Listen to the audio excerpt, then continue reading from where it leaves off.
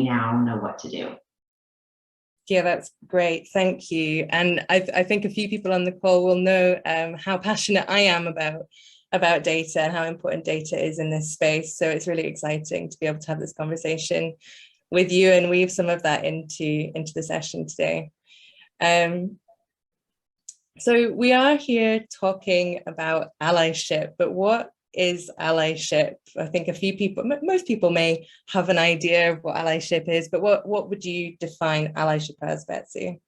Yeah, I think there's not like a single definition, but the way I would define allyship is a person from the dominant group who chooses to actively support their colleagues from marginalized or underrepresented groups in the workplace. And not because they think there's anything less than about those colleagues, it's more because they recognize that there are systemic advantages and disadvantages.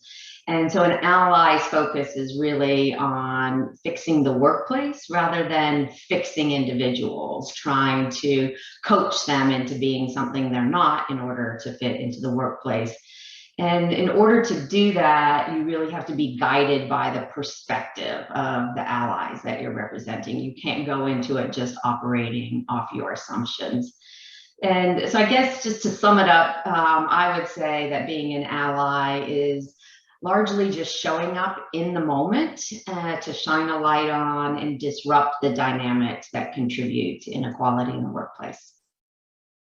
I think that's a great way to put it. And we had a question. So as we go through the session, I'll be weaving in these questions that we've had from the audience ahead of the session. But we had a question about, you know, the difference between being an ally and being a savior, a white savior. Do you have any thoughts on that point?